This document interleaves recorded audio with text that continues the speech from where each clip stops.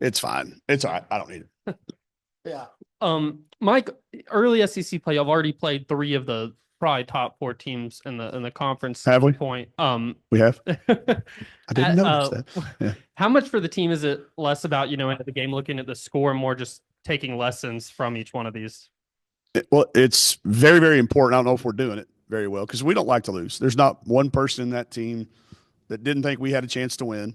That if we played well and caught them not, that we didn't. So it's very important. It's hard, but that's when we start talking about reality world. We knew it, and sometimes it's not showing up on the final scoreboard. And I think if you just are lazy and just look at a box score at the end, it's easy to not have the context that you need of where it was at with whatever time left in the game. And then dissect it and say, we make a mistake, they lay it in, we make another mistake, they hit a three, they make a mistake, it compounds. And I think that's the one thing that we had no chance to simulate.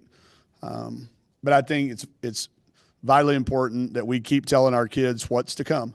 That's where I think that Auburn game helped us so much because they did see an improvement in a game when we have a better chance to win it.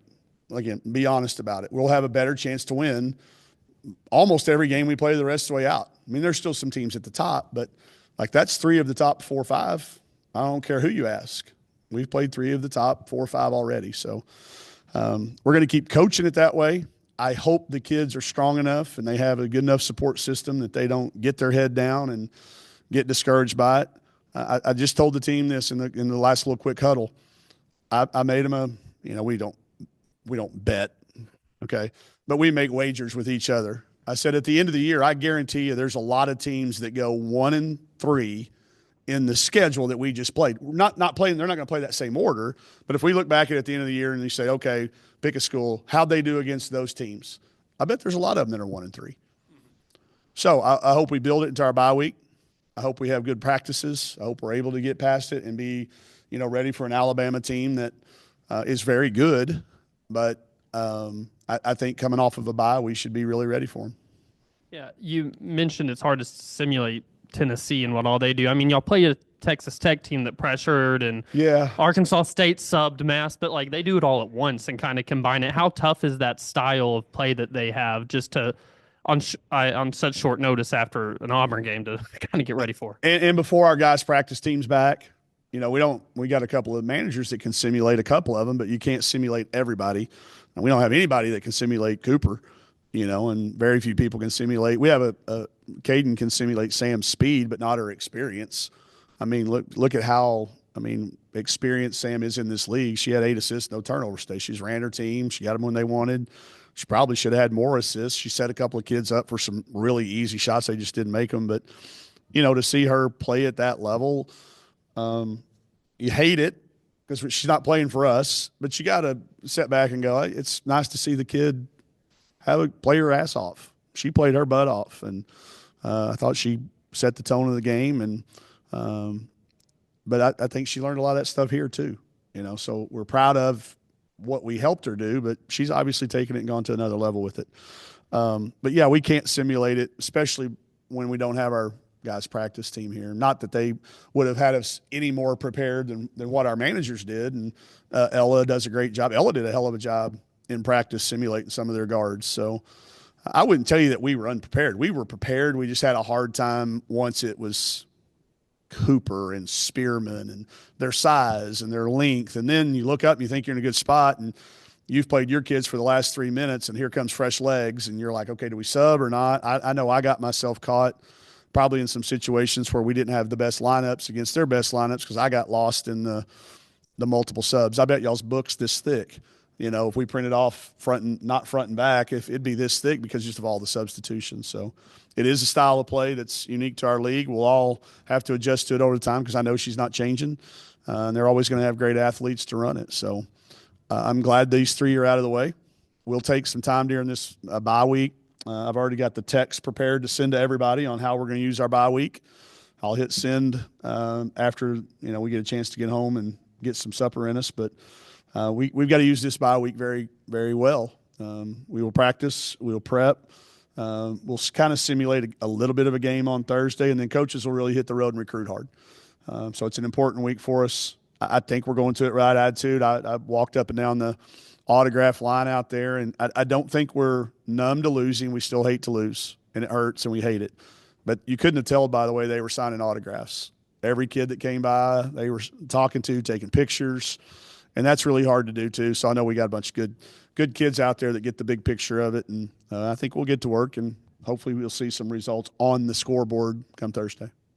Whenever you play Tennessee, a lot of their recipe is turning you over and feeding off that way at 28 to 2 points off turnovers. Just how tough is that?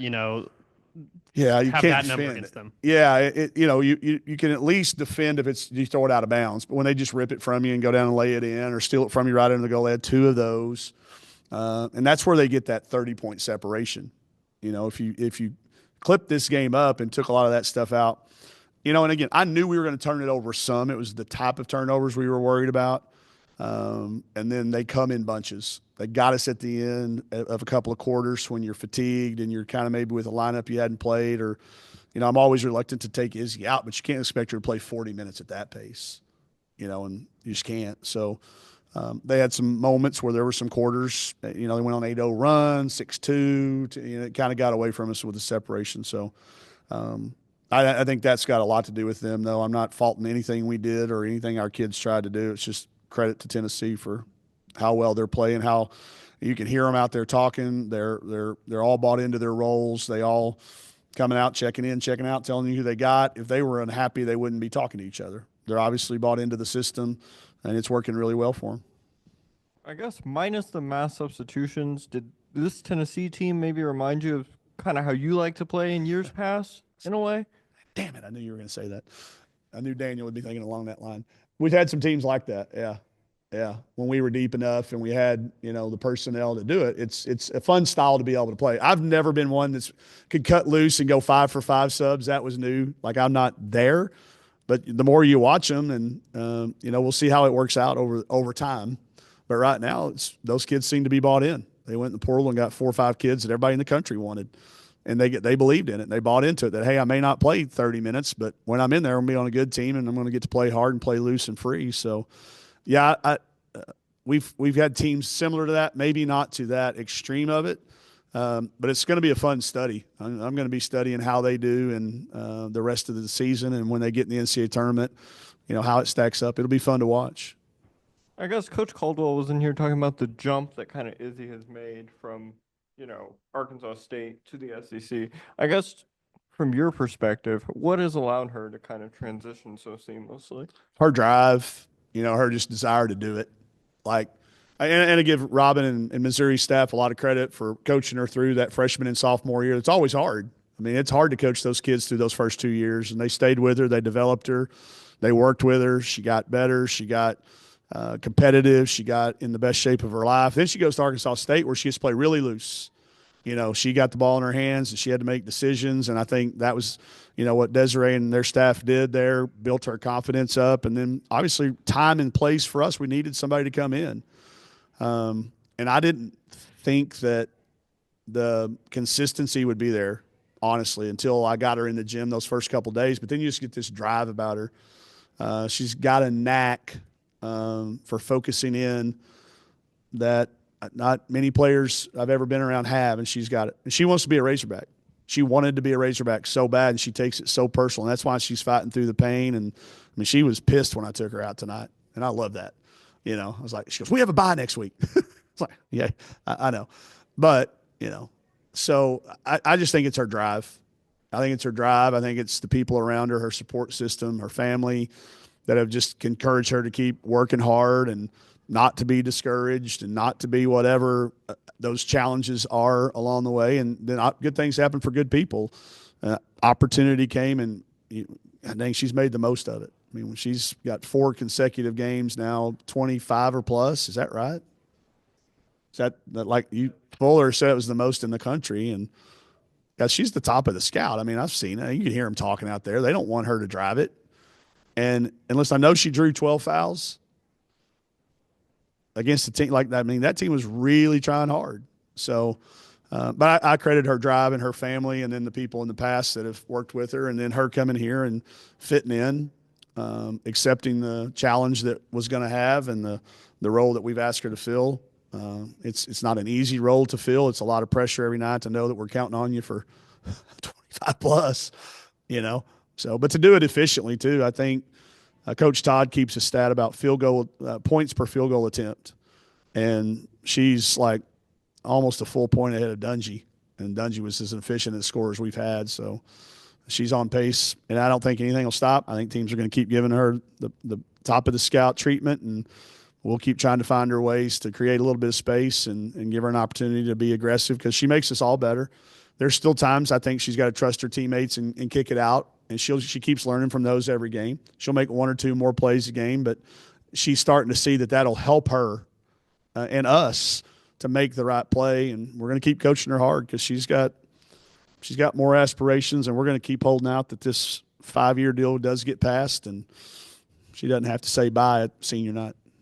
I don't know if y'all are tracking on that or not, but there's some talk about 5-year kids with that junior college eligibility. So, And then I guess we've talked about Danica's strength and just pure strength. I think she pushed someone over in the first half. Is that something where she's just really raw given where she came from, and you're seeing her slowly kind of get there? Yeah, and with her and Pena and Fiend, everybody, all the freshmen, Jada, everybody, we're not wanting to put them in any positions yet that's going to break them for the future. You don't want to ever do that to a kid, especially a kid like that that's got such a great attitude and a desire to be coached and learn. She does not know her own strength. She is incredibly strong. But I like to see her physicality. I want to see it more often, to be honest with you. So I think she'll learn it. I think she needs an off season. We didn't get them here early enough. The international recruiting, the one thing about it's hard to get them here for the summer session. But I think this is a kid we'll look at, she and Vera both, and just next year we'll look back and go, there were signs of it that you're talking about, and we'll see it blossom a little bit more after they've had a summer to work on it.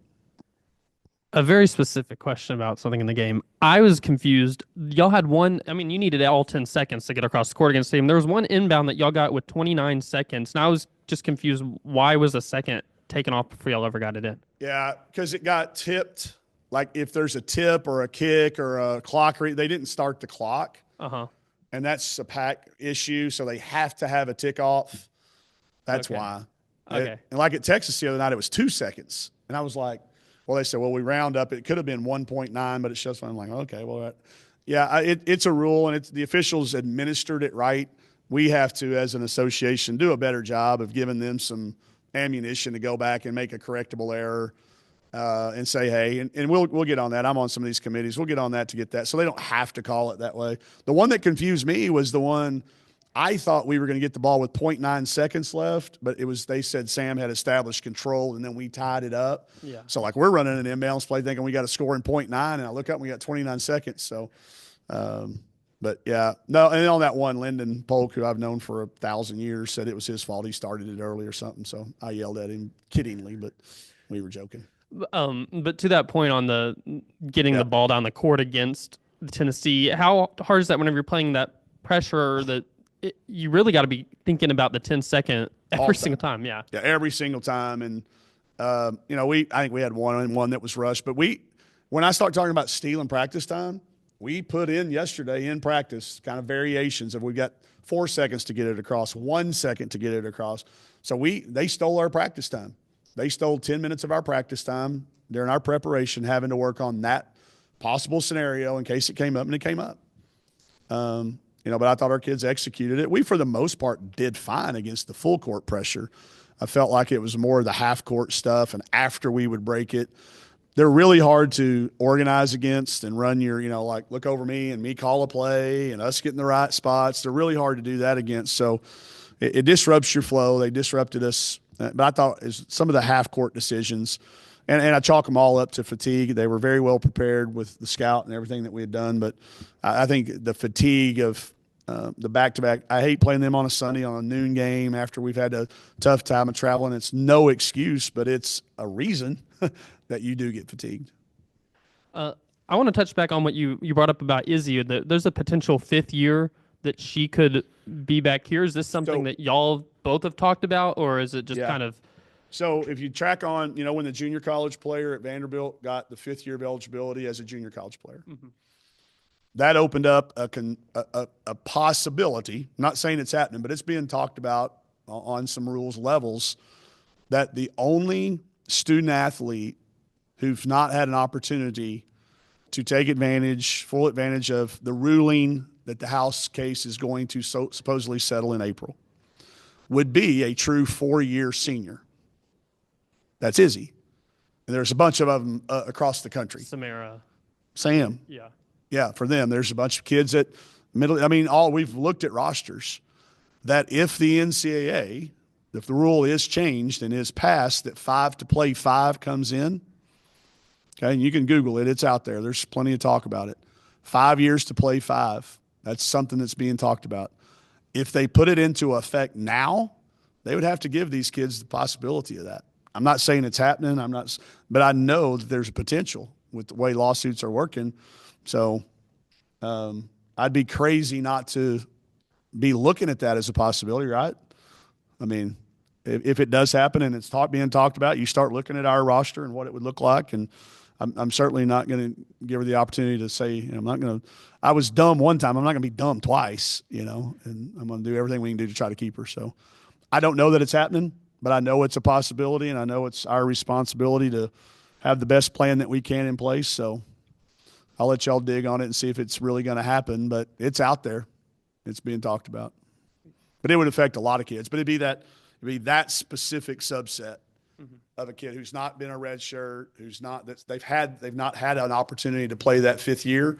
If they pass that and make it immediately active, make it an immediate rule, those kids would be the only group of kids that wouldn't get a chance to have done that.